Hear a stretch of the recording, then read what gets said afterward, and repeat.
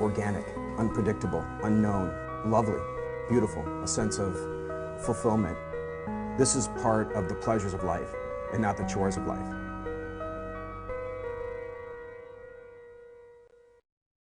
Thanks for tuning in to Daily Iowan TV, your television, news, sports, and weather source for the Daily Iowan.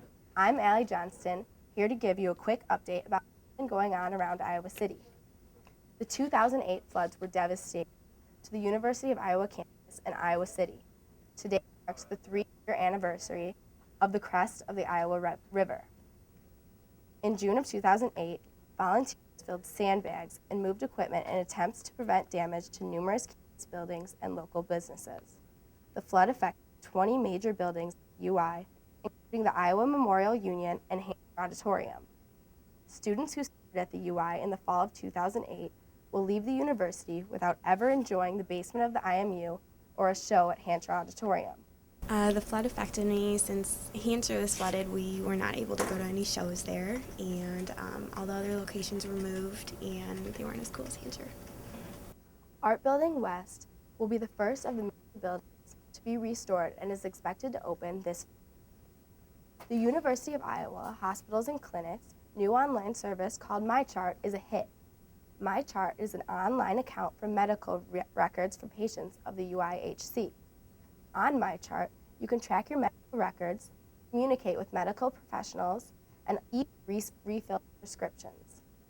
There are already 25,000 active users of MyChart, and it continues to grow.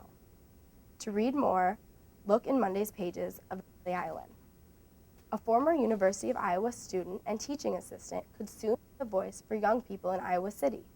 25-year-old Josh Ecklow announced on Saturday that he plans to run for city council at large in the upcoming November election.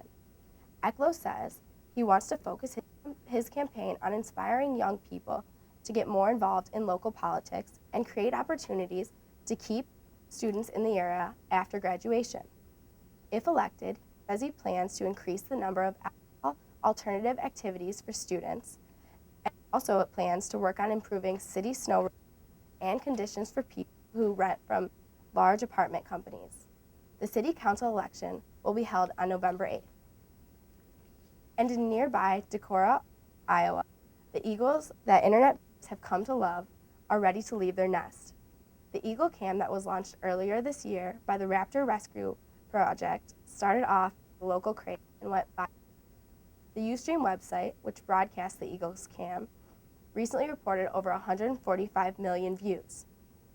If you would like to tune into the final stages of the Eagles growing up, visit the website located below. Over the weekend, tryouts for game time and primetime basketball leagues took place at the UI Fieldhouse.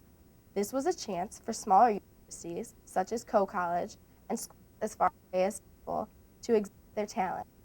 There will be a draft for the league Tuesday, June 14th at Monica's Restaurant. After the men's and women's teams are decided, the league will begin Sunday, June 19th for the men, and Wednesday, June 22nd for the women. For more details about the game time and primetime tryouts, check out Monday's pages of the Daily Iowan. The men's track team finished a successful outdoor season at the NCAA Championships in Des Moines, Iowa over the weekend. After placing first in the Big Ten outdoor meet in April, the Hawkeyes had a good showing at the national championships. Highlights from the Wednesday to Saturday event included a personal best time from Eric Lewinsky. He ran a 1-minute, 47.83 second 800-meter dash. Troy Doris took 5th place in the triple jump, and Jeff Huron jumped 7 feet 1/4 inch to take 13th nationally in the high jump.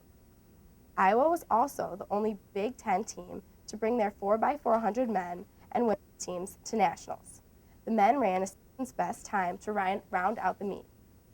And only with Daily Iowan TV can you get a sneak peek into Monday's pages of the Daily Iowan. Read about a 2-day event in which Native American cancer survivors came together for support, and also read about the growing trend of vinyl records in Iowa City. And here's a quick look at Monday's weather forecast. The high tomorrow will be 74 degrees with a low around 59 degrees and partly sunny skies. That's your Sunday edition of Daily Iowan TV. You can tune in tomorrow at the same time or check us out online at dailyowan.com.